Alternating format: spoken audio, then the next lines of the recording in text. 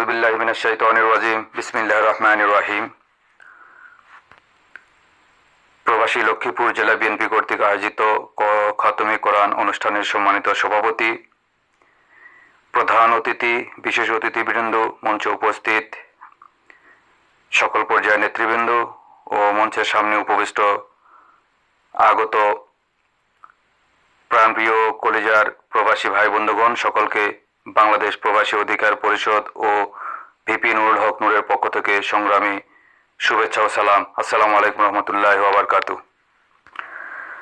শুরুতেই শ্রদ্ধা ভরে স্মরণ করছি সে সকল বীর সন্তানদের যারা জুলাই অভ্যুত্থানে ফাঁসিবাদ হটাতে গিয়ে নিজেদের বুকের তাজা রক্ত ঢেলে দিয়ে একটি নতুন বাংলাদেশ আমাদেরকে উপহার দিয়েছেন।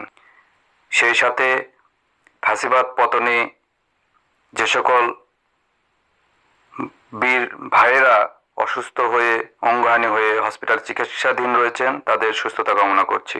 শ্রদ্ধা ভরে স্মরণ করছি গণতন্ত্রের প্রবর্তক শহীদ প্রেসিডেন্ট জিয়াউর রহমানকে। আপনারা অবগত আছেন, বাংলাদেশের সাবেক তিনবারের সফল প্রধানমন্ত্রী দেশনেত্রী বেগম খালেদা জিয়া অসুস্থ অবস্থায় হসপিটালে চিকিৎসাধীন রয়েছেন, যার অসুস্থতায় আজকে পুরো বাংলাদেশ থমকে গেছে। সবাই তার সুস্থতার জন্য দোয়া কামনা করছেন। বাংলাদেশ প্রবাসী অধিকার পরিষদের পক্ষে পবিত্র এই ভূমি থেকে আমরা দেশনেত্রী বেগম খালেদা জিয়ার শারীরিক সুস্থতা কামনা করছি।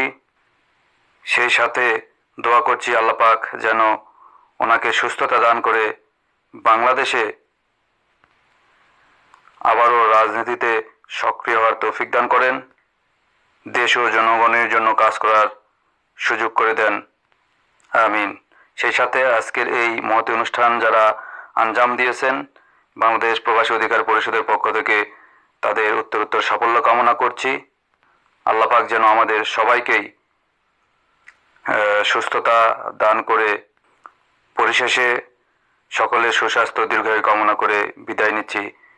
আসসালামু আলাইকুম রহমতুল্লাহ।